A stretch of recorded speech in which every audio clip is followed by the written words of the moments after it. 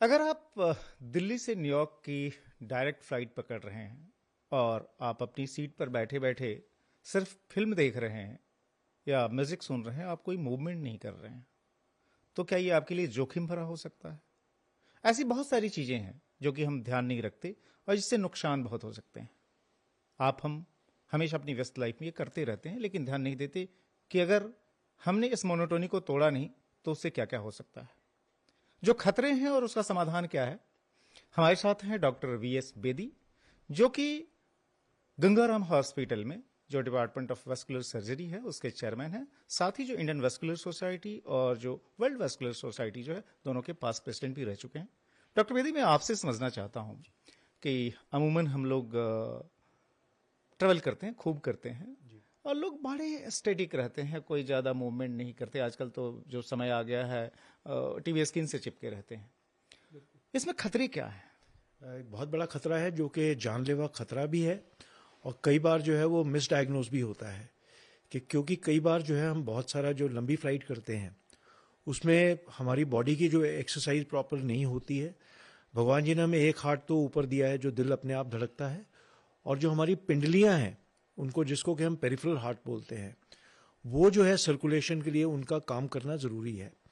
तो इस करके अगर आप पिंडलियों की एक्सरसाइज नहीं होगी तो आपके धीरे धीरे जो है टांगों में जो है खून जमा हो सकता है। दूसरी चीज़ क्या होती है कि एक और कारण है कि फ्लाइट्स में जो है हम लोग लंबी फ्लाइट्स में हम थोड़ा सा ज़्यादा फ्लूइड्स जो है एक तो अवॉइड करते हैं लेना, बिकॉज वॉशरूम में लंबी फ्लाइट में बार बार जाना भी जो है थोड़ा सा तकलीफ होती है उसमें। और तीसरी चीज़ जो होती है कि नेचुरली लॉन्ग फ्लाइट्स में थोड़ा सा स्पिरिट्स एंड ऑल भी चलती हैं, जो अल्कोहल चलती है उसके साथ में, और एसी एनवायरनमेंट के साथ में आपका बॉडी जो है ग्रेजुअली डिहाइड्रेट होती जा रही है और आपको पता नहीं चल रहा है। और क्योंकि लैक ऑफ एक्सरसाइज और लैक ऑफ ब्लड फ्लो, तो ये सारी चीज़ें जो है इनके साथ में टांगों में क्लॉट बन सकता है। और बहुत सारे लोग ऐसे होते हैं जिनको उन्होंने नोटिस भी करा होगा कि जब वो फ्लाइट के बाद में निकल के आते तो बिल्कुल पैर एकदम सूज जाते हैं। वो सारा कारण इसी करके है क्योंकि आपकी बॉडी की एक्सरसाइज नहीं हो सकती। और इंडिया में जो है हमारे स्पेशली जो है पैर दबाने की भी थोड़ी सी वो चलती है, रिवायत चलती है।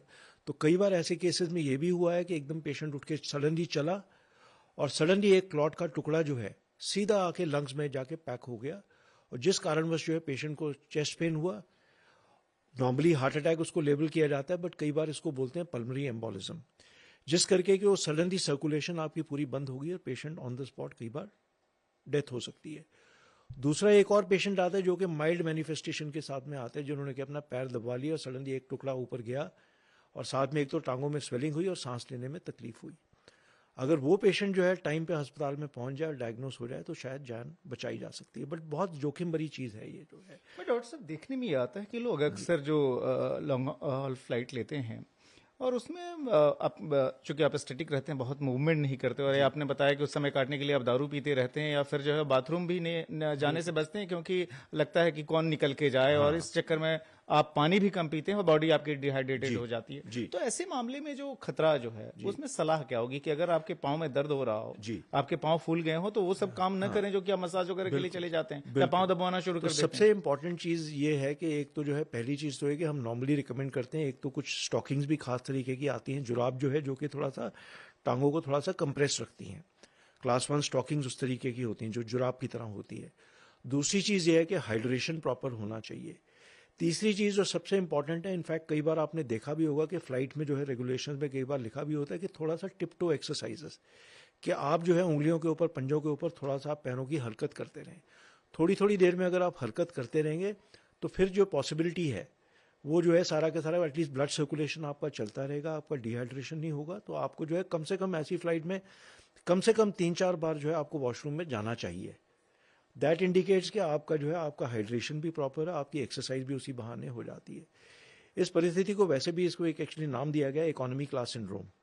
तो ये इस करके होता है बेसिकली कि जो पेशेंट जो है बेसिकली लंबी फ्लाइट में बैठे बैठे जाते हैं और क्रैम्प्ड एरिया, आजकल क्या हो रहा है एयरलाइंस में सब जगह सीट्स की जो स्पेस है वो कम होती जा रही है, तो सब सट सट के सीट्स रहती हैं, तो आप अपने ना तो पैर को आप अपना आगे कर सकते हैं ना आप पीछे कर सकते हैं, तो आपके जो है उसी पोजीशन में आप टांगे रहती है। तो इस करके जो है इसको इकोनॉमी क्लास सिंड्रोम भी बोला जाता है। तो आई थिंक हाइड्रेशन सबसे इंपॉर्टेंट है, एंड स्पिरिट्स जो है आई थिंक मॉडरेशन में ली जाए तो बहुत अच्छा है, बट साथ में हाइड्रेशन सबसे इंपॉर्टेंट और एक्सरसाइजेस जो है। तो आपकी सलाह क्या होगी कि अगर आप मान लीजिए इकोनॉमी क्लास में ट्रेवल करते हैं और जी बल्क उसी में ट्रेवल करता है, बिजनेस बिल्कुल क्लास ऑब्वियसली जी काफी महंगी होती है, जी तो आप अगर इकोनॉमी क्लास में ट्रेवल कर रहे हैं तो जी आप आयल सीट लें इंस्टेड ऑफ विंडो, हमेशा जिसमें कि आपकी संभावना ज्यादा बिल्कुल होगी निकलने आयल सीट टहलने इज की। Always preferable, oil seat is always preferable because आपका थोड़ा सा जो लाइट है, रात रात का टाइम है, थोड़ी सी आप अपनी टांगे थोड़ी सी स्ट्रेच भी कर सकते हैं और आपको बीच बीच में थोड़ा सा आपको चक्कर लगाने में भी आसानी होती है। और साथ में जैसे मैंने बताया कि कई बार बीच बीच में अपना एटलीस्ट एक्सरसाइजेज करते रहिए। आप फिल्म देखिए जो भी करिए आप, लेकिन साथ में थोड़ा सा एक्सरसाइजेज करते रहेंगे तो उसके साथ में जो है संभावना जो डीवीटी होने की बहुत कम हो जाती है। डॉक्टर साहब, जो वस्कुलर एक ऐसा एरिया है जिसकी बहुत ज़्यादा चर्चा नहीं होती, हम जी लोग हार्ट एलिमेंट्स की बात कर लेते हैं, जी हम जो है ब्लड शुगर की बात कर लेते हैं, हम जी ब्लड प्रेशर की बात कर लेते हैं, लेकिन ये काफ़ी क्रिटिकल एलिमेंट है बहुत हमारी डेली लाइफ में। क्या वो सावधानियां बरतनी चाहिए? मान लीजिए जो है ऑफिस में भी हम लोगों के लॉन्ग सिटिंग आवर्स जी होते हैं, जी आजकल घरों में भी है कि लोगों ने एक्टिविटी कम कर दी है, नॉर्मली मोबाइल में खोए रहते हैं। बिल्कुल। क्या क्या कॉम्प्लिकेशन हो सकते हैं सो जिससे कि हमें बचने की कोशिश करनी जी, चाहिए? सबसे पहली तो ये है कि इसको बोलते हैं लाइफस्टाइल लिमिटेशन। जो डिजीजेज हैं आजकल, बहुत सारी डिजीजेज जो है लाइफस्टाइल से रिलेटेड है। आपको आई डोंट नो मालूम है कि नहीं है, but India is the diabetic capital of the world. हमारे पास में अप्रॉक्सीमेटली इंडिया में 60 से 70 मिलियन डायबिटिक्स हैं।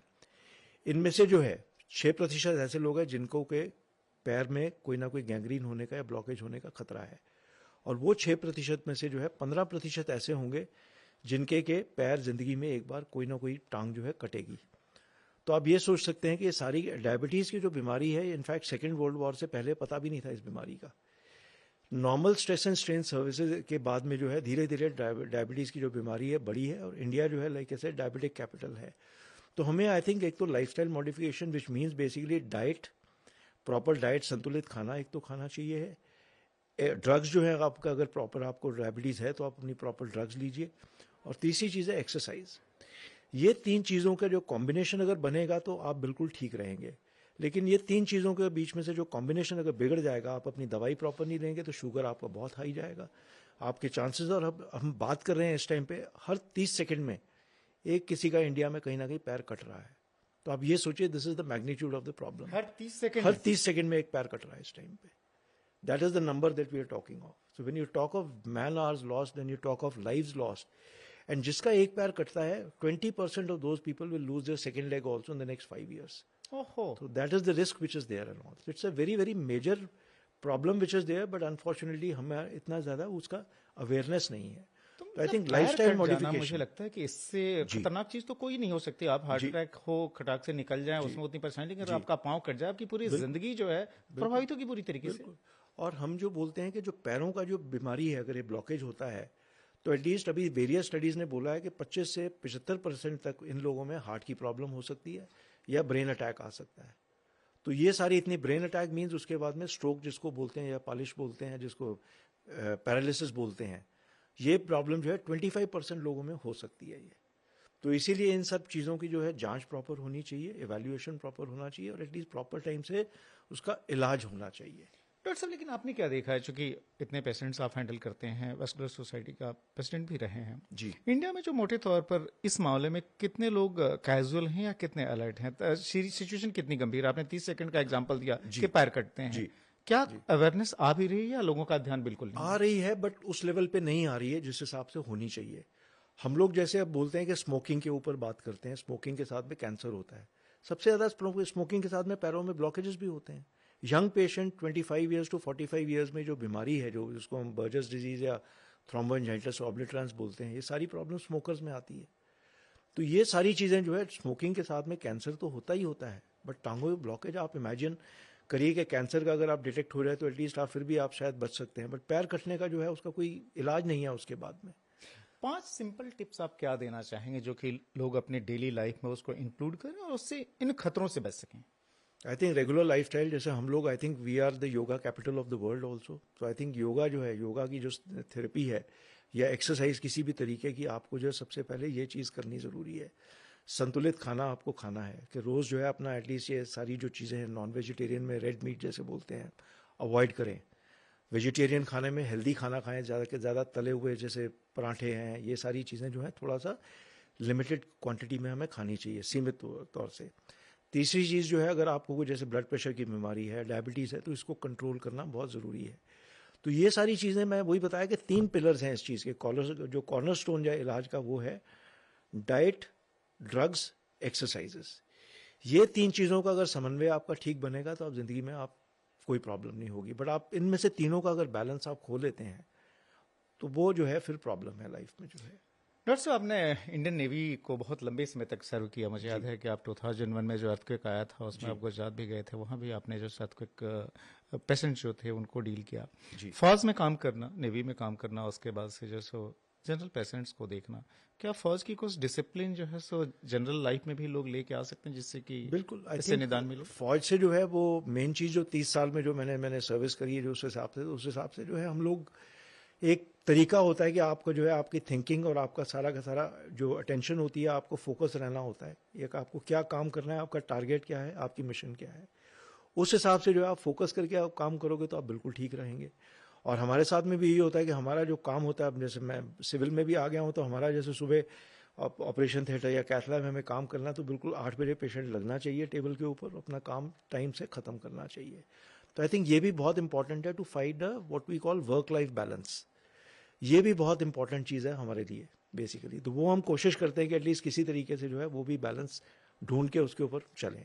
डॉक्टर साहब, एक आखिरी चीज़, vascular as a science, medical science का वो हिस्सा जिसके बारे में लोग शब्द तो जानते हैं लेकिन उसके मैग्नीट्यूड का अंदाजा नहीं लगता, तो अगर सिंपली अगर लोगों को समझाना हो तो ये है क्या? वैस्कुलर सर्जरी जो है बेसिकली हम जो है सारी नसों का, दिमाग से लेके यहाँ से लेके पूरा पैर तक, उंगली तक, हम उन सारी चीज़ों में जो नसों में ब्लॉकेजेस होते हैं, एक आर्टरीज होती हैं और वेन्स होती हैं।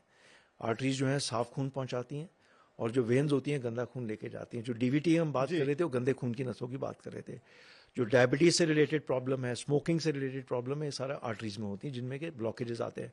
हार्ट अटैक का तो सबको मालूम है, लेग अटैक का लोगों को नहीं पता है। अभी मैं आते आते एक पेशेंट देख रहा था कि डॉक्टर साहब बता रहे हैं कि जी अभी मैं जो है महीना पहले बिल्कुल ठीक चल रहा था, अभी जो है मैं 50 कदम चलता हूँ, 100 कदम चलता हूँ तो पूरा टांगों में जो है मेरा चल नहीं पा रहा, मैं रुक रहा हूँ, 10 मिनट रुकता हूँ, फिर उसके बाद थोड़ा सा चलता हूँ। वो इंडिकेट करता है कि लेग अटैक आ गया आपको। तो ये बिल्कुल उसको सीरियसली लेना चाहिए। तो पेशेंट अगर टाइम पे आ जाएगा तो उसका पैर बच जाएगा, नहीं आएगा तो फिर जो है हमारे इंडियंस में भी जो थोड़ा सा हम रहते हैं कि हम थोड़ा सा ईजी गोइंग होते हैं, कि जिसको बोला कि आप जी चलो ठीक है आप 100 कदम पे आप चल रहे हो तो बोलेगा मैं उतना ही काम करूं जितना 100 कदम में। मैं ये नहीं कोशिश करूंगा, हम पेशेंट को मोटिवेट करने की कोशिश करते हैं, अगर आप 100 चल रहे हैं आपको 150 चलने की कोशिश करनी है। फाइनली आपका टारगेट 5 किलोमीटर का होना चाहिए। बट हम लोग एडजस्ट कर जाते हैं, 100 नहीं चल रहे तो हम 90 ही चल लेंगे, 90 नहीं चलेंगे तो 80 चलेंगे। तो ऐसी कंडीशन में पेशेंट जो है बहुत ही खराब हालत में हमारे पास आते हैं। तो तब तक गैंग्रीन बन चुका होता है या जख्म नहीं सूखते हैं, तो फिर जो है नेचुरली वो पेशेंट का आउटकम इतना अच्छा नहीं रहता है। बट हम पूरी की पूरी बॉडी का ऊपर से नीचे सारी ब्लड वेसल्स का इलाज हम करते हैं वैस्कुलर सर्जरी में।